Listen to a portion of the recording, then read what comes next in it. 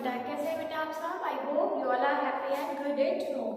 बेटा हम पढ़ रहे थे चैप्टर 17 अजंता की चित्रकलाएं, ठीक है। तो इस चैप्टर का हमने बेटा पेज नंबर 147 पे सेकंड पैराग्राफ तक हम इसको पढ़ चुके थे, ठीक है। पेज नंबर 147 पर सेकंड पैराग्राफ तक हम पढ़ चुके थे। अब हम आगे पढ़ेंगे पेज नंबर 147 का थर्ड पैराग्राफ, ठीक है। इसमें हमने पढ़ा था कि अजंता की जो गुफाएं हैं वे वर्ल्ड फेमस हैं, बहुत ही अच्छी इसमें पत्थर के ऊपर चित्रकारी की गई है और जो कि बहुत ही अच्छा इसमें वर्णित है। इसके हमने दो भेद पढ़े थे, दो स्तूप बने हुए थे, इसमें स्तूप गुफा थी और दूसरा विहार गुफा थी। दो के बारे में हमने पढ़ा था। चलिए बेटा आगे हम पढ़ते हैं इसमें अजंता की गुफाओं के बारे में आगे क्या है। तो अजंता के चित्र निर्माण की विधि संक्षेप में इस प्रकार थी। चित्र निर्माण जो करे गए थे उसकी जो विधि है, पूरी जो उसका मेथड है वो संक्षेप में, संक्षेप का मतलब शॉर्ट में इस प्रकार है। दीवार में जहां चित्रण करना होता था वहां का पत्थर खुरच कर खुरदरा बना दिया जाता है। सपोज ये जो पत्थर है प्लेन है, इसको क्या करना है, खुरदरा बना देंगे, बिल्कुल ऐसे खुरद करद के इसको खुरदरा बना दिया जाता था, जिस पर गोबर, पत्थर का चूना और कभी कभी धान की भूसी मिले हुए गारे का लेप चढ़ाया जाता था। फिर उसके ऊपर लेप किया जाता था। किस किस का लेप किया जाता था? गोबर का, पत्थर का, चूने का और कभी कभी धान में भूसी मिलाकर के उसका लेप किया जाता था। यह लेप चूने के पतले प्लस्तर से ढका जाता था और इस पर जमीन बांधकर लाल रंग की रेखाओं से चित्र उकेरे जाते थे, जिनमें बाद में रंग भरा जाता था। रंगों की योजना प्रसंगानुकूल चित्ताकर्षक थी, आवश्यकता अनुसार उसमें विविधता भी थी। विविधता मतलब डिफरेंसेस भी थे उसमें। तो चित्रों के अवयवों में गोलाई, उभार और गहराई को उभारा जाता था। अगर कहीं गोल है तो उसको उभारा जाता था, उभार है कहीं तो उसको उभारा जाता था। हाथ की मुद्राओं से, आंख के चितवनों से, अंगों की लोच आदि से बहुत से भाव व्यक्त हो जाते थे। दीवार में इंसान की पूरी फोटो बनाना, यानी हमारी आंख है तो यहाँ पे कुरेदना, नाक को अलग बनाना, हमारे फेस को अलग बनाना, ये सब चीजें बहुत ही सजीवता से वहां पे बनाई गई। ऐसा लग रहा है सच में इंसान बोलने ही वाला हो। बहुत से भाव व्यक्त करते थे। तो पहली गुफा के दालान की समूची दीवार पर लगभग 3.5 मीटर ऊंचा और 2.5 मीटर चौड़ा मार विजय का चित्र अंकित है। सबसे पहली जो गुफा की दालान है उसकी समूची दीवार पर, समूची मतलब होता है पूरी दीवार पर एक चित्र बना हुआ है जिसपे मार का मतलब प्रलोभन, कामदेव और शैतान की सेना, मार विजय का मतलब क्या है इसमें, प्रलोभन यानी लालच, कामदेव और शैतान की सेना भगवान बुद्ध को घेरे हुए है। भगवान बुद्ध खड़े हैं, उनके चारों तरफ इसकी सेना उनको घेरे हुए है। भगवान इस सेना में भगवान को डराने, क्रुद्ध करने यानी गुस्सा दिलाने, शुद्ध और लुब्ध करने के लिए, शुद्ध यानी अशांत करने के लिए और लुब्ध यानी लुभाने के लिए, शुद्ध और लुब्ध करने के लिए भयंकर मूर्तियों से लेकर अनेक कामिनियां तक बनी है, जो अपने अपने उपायों से भगवान को जो मध्य में स्थित है विचलित करने में प्रवृत्त है, किंतु वे सर्वथा आत्मानुरत है। लेकिन ये सब वेस्टेज है।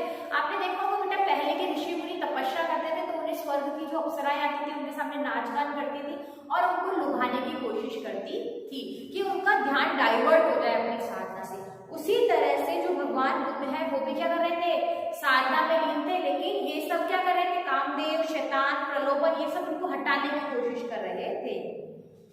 उनके लिए चारों ओर कुछ है ही नहीं या कुछ हो ही नहीं रहा, लेकिन ये सब व्यर्थ था। भगवान बुद्ध के हिसाब से तो चारों तरफ कुछ भी नहीं हो रहा था। इस गुफा में केवल संध्या के समय सूर्य की अंतिम किरणें प्रवेश कर पाती है। सिर्फ शाम के टाइम में जो हमने देखा 4-5 बजे करीब जो धूप आती है, सिर्फ वो धूप ही वहां पे प्रवेश कर पाती है।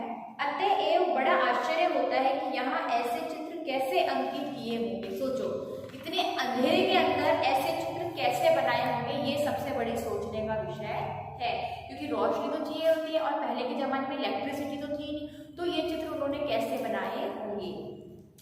चंपे जातक की कथा है, एक कथा है जिसमें कि बोधिसत्व ने किसी समय नागराज का जन्म लिया था। बोधिसत्व जो थे उन्होंने नागराज का जन्म लिया था। संयोगवश में बंदी बनाकर काशी के हाट में बेचने के लिए लाए गए। उन्हें उस परिस्थिति में छुड़ाकर काशीराज अपने यहाँ ले गया और उनके सारे परिवार को भी निमंत्रित किया। उनका चित्र भी उक्त गुफा में है। एक ओसारे में, ओसारे हमने पढ़ा था एक बरामदा, तो एक बरामदे में नागराज और काशीराज का एक राजासन पर आसीन है। चारों ओर राज महिलाएं हैं, राज परिवार के लोग घिरे हुए हैं। नागराज काशीराज को उपदेश दे रहे हैं। चित्र के प्रत्येक व्यक्ति का भाव और मुद्रा बड़ी सफलता से अंकित है। यानी ये सब चीजें बेटा लिखी हुई नहीं वहां पे ये सब दीवारों में बनी हुई, किस तरह से राजा गद्दी पर बैठा है, नागराज कैसे बैठा है, काशीराज कैसे बैठे हैं, ये सब चीजें वहां बनी हुई है, दीवारों के ऊपर ये चीजें बनी हुई है। यहाँ पर अवलोकितेश्वर का विशाल चित्र है।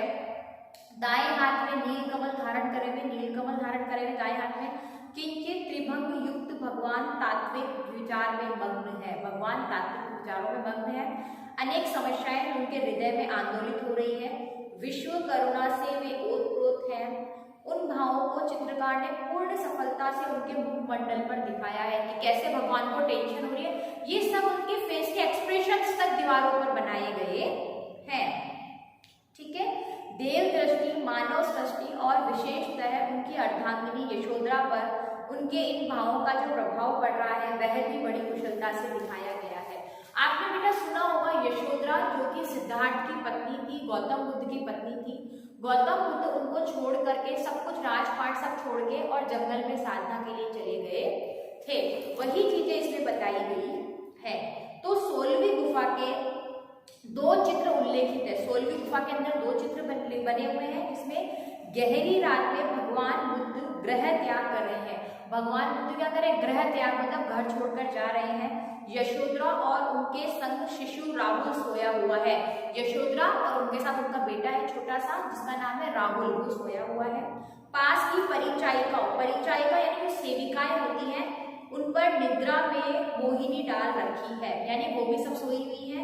इस दृश्य पर एक निगाह डालते हुए बुद्ध देव अंकित किए गए हैं कि भगवान बुद्ध ने उधर नजर डाली है, ये भी दिखाया गया। देखिए फोटो दिखाई दे रही है बेटा आपको, ये सब एलिफेंट्स बने हुए, ये सब बने हुए इस तरह से। तो इस दृष्टि से मोह ममता नहीं, प्रयुक्त उनका अंतिम त्याग अंकित है। यही कृति का रहस्य है। इसमें यही दिखाया गया है किस तरह से गौतम बुद्ध की नजर भी पड़ी वहां पे कि मेरा बच्चा सो रहा है, मेरी पत्नी सो रही है, लेकिन ये सब वो माया त्यागते हुए चले जाते हैं। एक स्थान पर मरती हुई राजकुमारी का चित्र है। एक ऐसा स्थान है जहाँ पे राजकुमारी मर रही है, उनका चित्र है। उसे बचाने के सभी उपाय अवश्यंभावी के आगे व्यर्थ हो गया है। मुमूर्ष की अवस्था, मुमूर्ष हमने पढ़ा था यानी मरने वाला, होता मरने वाला, उसकी अवस्था और आसपास वालों की विकलता दर्शक को द्रवित किए बिना नहीं रहती। अजंता की 17वीं गुफा के सभी चित्र एक से बढ़कर एक हैं। जितने भी चित्र हैं सारे एक से बढ़कर के एक चित्र हैं। ऐसा जान पड़ता है कि सबसे चतुर चित्तौरों ने इसी गुफा में अपनी कला दिखाई। चतुर चित्तौरे बहुत ही कलावान जो होते हैं, उन्होंने अपनी सारी कला कहाँ दिखा दी? 17वीं गुफा में ही दिखा दी। बहुत ही सुंदर बना रखा है। यहाँ पर तो माता पुत्र का प्रसिद्ध चित्र है, किंतु इससे चित्र के विषय का आधा ही ज्ञान होता है। माता पुत्र का चित्र है प्रसिद्ध चित्र, किंतु इससे आधा ही ज्ञान होता है। यहाँ तो हम इतना ही देखते हैं कि एक माता अपने पुत्र को किसी के सामने साग्रह उपस्थित कर रही है, किसी के सामने उपस्थित कर रही है, और पुत्र भी अंजलि पसार कर उस व्यक्ति के सामने उपस्थित है। ये चित्र है, लेकिन ये पता नहीं चल रहा किंतु कौन है वह व्यक्ति जिस पर इन दोनों की टकटकी लगी हुई है। इन आदमकद मतलब होता है बेटा मनुष्य के आकार की, आदमी के आकार की। आदमकद चित्रों के सामने एक विशाल महापुरुष स्थित है। एक विशाल महापुरुष स्थित है जिसके हाथ में भिक्षा का पात्र है। भिक्षा मतलब भीख मांगने का पात्र है। बुद्धत्व प्राप्त करने पर जब भगवान बुद्ध पुनः कपिलवस्तु आए, अब देखिए बेटा भगवान बुद्ध ने घर छोड़ दिया था तो वो वापस अपने गांव में आए, किस रूप में? भिक्षा मांगने के लिए। तो उन्हें यशोधरा अपने पुत्र से बढ़कर और कौन सी भिक्षा दे सकती थी? तो यशोधरा ने क्या किया? अपने बेटे को ही भिक्षा के लिए दिया। आत्मसमर्पण की पराकाष्ठा का यह चित्र अपना जोड़ नहीं रखता। यानी देखिए बेटा किस तरह से वो दुखी थी, कैसे वहां पे वो भिक्षा मांगने आए, भिक्षा के उसने अपना बेटा दे दिया। यह सब चित्र भी वहां उकेरा गया है। यहाँ छद दंत जातक की चित्रावली भी बड़ी सुंदर है। बोधित्व एक जन्म में छंद दांतों वाले श्वेत वर्ण गजराज थे। श्वेत वर्ण सफेद दांतों वाले जो है गजराज थे। उनकी 2 हथिनियां थी। हाथी 2 हथिनियां थी उनकी, 2 पत्नियां, जिनमें से एक सोतिया ढाल वंश आत्महत्या कर ली थी। सोतिया ढाल वंश का मतलब होता है बेटा सौतन होती है ना, एक ही पति की 2 पत्नियां थी तो आपस में लड़ाई थी और उनको उसमें क्या थी, ईर्ष्या थी और उसके चक्कर में उसने आत्महत्या कर ली। राजा के घर में जन्म लिया। इस जन्म में भी उनकी डाह कम ना हुई और उसने व्याधों को गजराज का सिर ले आने को भेजा। यह जानकर वह स्वयं ही व्याधों के सामने आ खड़े हुए और इन व्याधों पर बड़ा प्रभाव पड़ा। वे राजकुमारी को फुसलाने के लिए उनके 6 दांत काट लाए। इस बीच राजकुमारी के मन में बड़ा प्रतिघात हुआ। बहुत ही उन्हें धक्का सा लगा कि वह दांतों को देखते ही मूर्छित होकर गिर पड़ी, बेहोश होकर गिर पड़ी। अंत में सारे रहस्य खुल गए और गजराज ने क्षमा का उपदेश दिया। यह समुची चित्रावली ऐसी सजीव है मानो सारा दृश्य हम अपनी आंखों से देख रहे हों। एक अन्य जातक दृश्य में युद्ध का प्रसंग बड़ी सजीवता से दिखाया गया है। युद्ध का प्रसंग है जिसमें लड़ाई हो रही है, वो बड़ी सजीवता से दिखाया गया है। इस बड़े चित्र में लगभग 300 चेहरे आज भी गिने जा सकते हैं। एक बहुत बड़ा चित्र बनाया हुआ है जिसमें 300 चेहरे एक साथ देखे जा सकते हैं। प्रत्येक चेहरे पर युद्ध के विविध भाव देखने वाले को चकित कर देते हैं। सब में अलग अलग डिफरेंट तरह के क्या आ रहे हैं, फेसेस आ रहे हैं, अलग अलग मूड है उनके। एक स्थान पर आकाशचारी दिव्य गायकों के समुदाय का बड़ा रमणीय आलेखन है। बहुत ही अच्छा आलेखन उसका किया गया है।